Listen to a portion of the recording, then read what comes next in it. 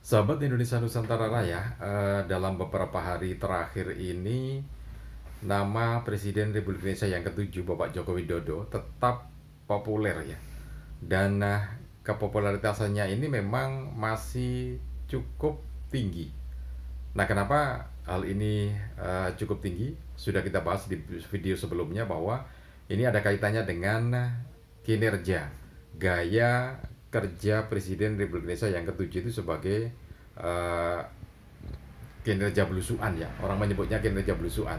Nah, tapi sebetulnya itu adalah implementasi secara manajemen ya. Ada yang mengatakan itu hanya pencitraan. Nah, ini yang jadi titik permasalahan. Ketika seseorang itu salah menilai, maka data yang dipakai untuk mengambil keputusan juga akan salah gitu ya. Jadi kalau ada yang menilai bahwa itu pencitraan, wah itu salah besar gitu ya. Kenapa salah besar?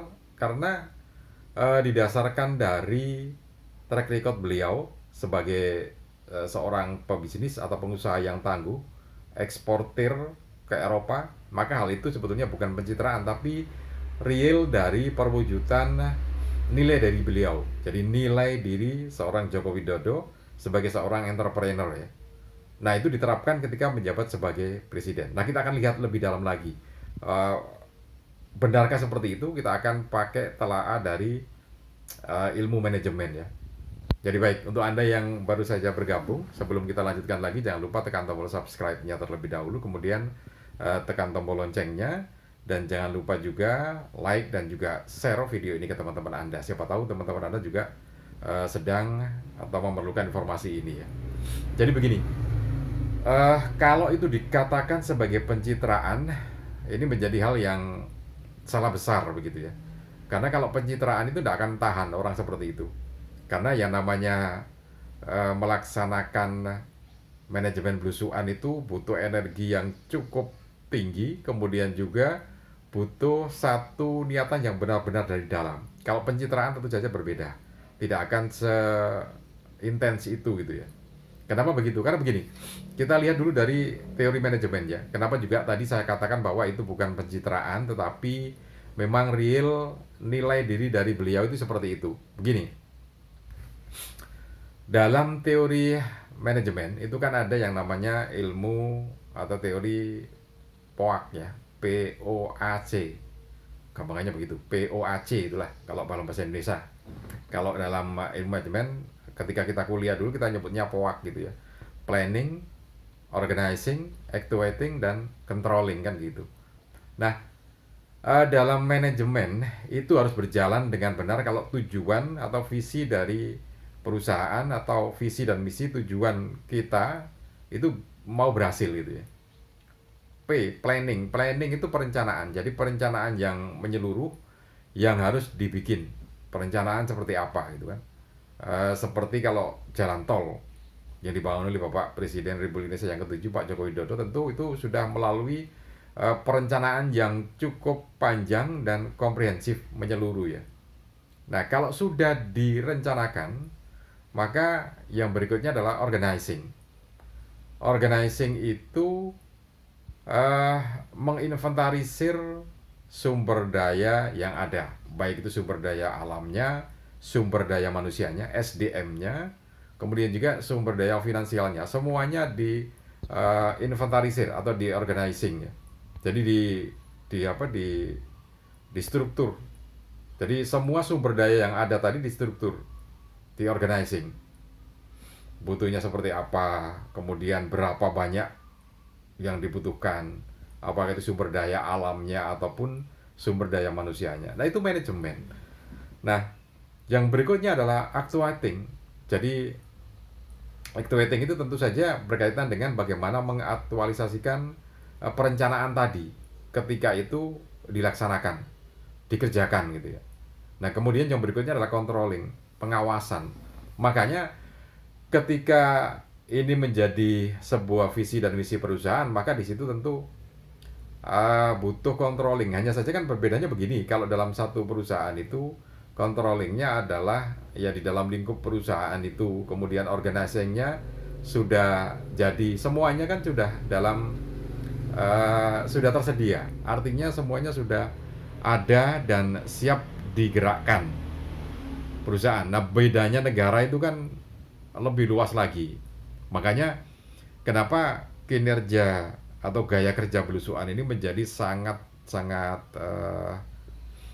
teraktualisasi, terinternalisasi dalam diri Bapak Joko Widodo atau Presiden Republik Indonesia yang ketujuh ini. Jadi itu adalah pengaktualisasian dari teori POAK tadi, planning, organizing, actuating, dan controlling. Nah, sehingga sekali waktu kita akan melihat Bapak Joko Widodo berada pas di project. Di project itu artinya di tengah-tengah pemukiman kumuh, kemudian juga ada di gorong-gorong gitu ya, masuk ke gorong-gorong, saluran air, kemudian juga bahkan sampai di hutan kan gitu, sampai di pelosok Papua, di Kalimantan. Nah, semua itu adalah bagian dari pelaksanaan teori manajemen POAK tadi itu ya. Jadi ini kenapa kemudian kalau ada yang mengatakan itu pencitraan, enggak, itu bukan pencitraan, itu adalah real nilai diri beliau yang terinternalisasi. Kalau dulu ada penataran P4 itu pengejawantahan Pancasila gitu. Nah, ini pengejawantahan ilmu manajemen dalam tata negara sebagai seorang negarawan. Nah, itu kenapa kemudian enggak, ini bukan pencitraan gitu ya. Meskipun ada yang menilai ini pencitraan, tapi terlihat jelas bagaimana beliau melaksanakan teori manajemen POAK tadi itu ya. Jadi planning, perencanaan, kemudian organizing, dan actuating, kemudian controlling. Nah, itu kemudian kenapa kalau ada yang menyatakan pencitraan, enggak, nanti akan bisa dilihat gitu ya. Nah, ada juga yang pertanyakan, apa ada yang mampu melakukan seperti beliau? Nggak akan kuat gitu ya, karena tadi itu kalau dia memang benar-benar punya ilmunya itu, ya sudah pasti akan jalan gitu ya. Nah, Pak Joko Widodo kan pernah jadi seorang pengusaha furniture, kayu gitu ya, eksportir juga. Nah, tentu itu sangat detail dan perlu pelaksanaan teori POAK tadi dengan benar-benar ya jalan, sepenuhnya jalan gitu ya. Nah, itu yang kemudian kita sebut enggak, itu bukan pencitraan. Nanti akan kita lihat gitu ya. Nah, bagaimana? Karena tidak banyak pemimpin yang mampu melakukan itu. Kemudian terkait dengan apakah ada para pemimpin ini yang mampu melakukan itu, kerja belusuan itu, karena butuh energi yang sangat tinggi, tidak habis-habisnya gitu ya. Nah, ini yang jadi menarik untuk kita bahas karena ada sebetulnya yang mencontoh semacam itu, tapi tentu saja akan efeknya berbeda karena yang melatar belakangi juga berbeda, suasana kebatinannya. Jadi meminjam istilahnya Pak Susilo Bambang Yudhoyono, suasana kebatinannya itu berbeda karena pengetahuan tentang itu juga berbeda. Kemudian latar belakangnya juga berbeda kan begitu. Nah, sebetulnya ada, dan itu memang dilakukan oleh putra Pak Joko Widodo, yaitu Gibran Rakabuming Raka, Wapres. Ini sebetulnya hampir sama gitu ya, karena kita lihat beberapa kali, ya sebetulnya bukan beberapa kali, hampir tiap saat Pak Wapres ini melakukan kinerjanya semacam itu, langsung ke masyarakat, ke berbagai daerah, dan itu yang jadi power yang sangat sangat masif sebetulnya. Kenapa masif ya? Karena tadi itu, satu, tidak banyak orang yang mampu melakukan pekerjaan semacam itu karena itu akan butuh energi yang cukup tinggi, stamina yang cukup seperti baterai gitu, di charge terus gitu ya, tidak habis-habis. Nah, itu yang dilakukan oleh Pak Wapres kita, Gibran Rakabuming Raka. Nah, yang menarik lagi teman-teman, bahwa meskipun ini yang perlu dicatat gitu ya, perlu dicatat bahwa kinerja yang semacam itu dilakukan pada posisi beliau yang sebagai Wapres, artinya orang kedua. Kalau beliaunya mau Pak Wapres ini mau tenar, ya bisa sebetulnya, karena kan posisinya semacam itu. Ya mau tenar, mau populer sekarang itu bisa, karena tapi begini, kenapa tidak dilakukan? Nah, ini ada yang namanya apa ya, etika ketika nanti muncul matahari kembar. Ingat kan di eranya Susilo Bambang Yudhoyono, Presiden Republik Indonesia, dengan wakilnya Pak Yusuf Kalla, itu kan di periode awal itu kan sempat menimbulkan ini apa, posisi timbul matahari kembar karena Pak Wapresnya ternyata lebih dikenal masyarakat, lebih mengakar gitu kan. Akhirnya di periode kedua Pak Yusuf Kalla tidak dijadikan wapres kan gitu.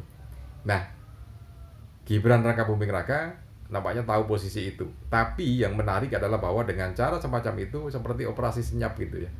Senyap tapi benar-benar mengakar rumput, dan itu akan menjadi basic masa yang sangat-sangat signifikan nanti ketika itu diperlukan dalam elektoral.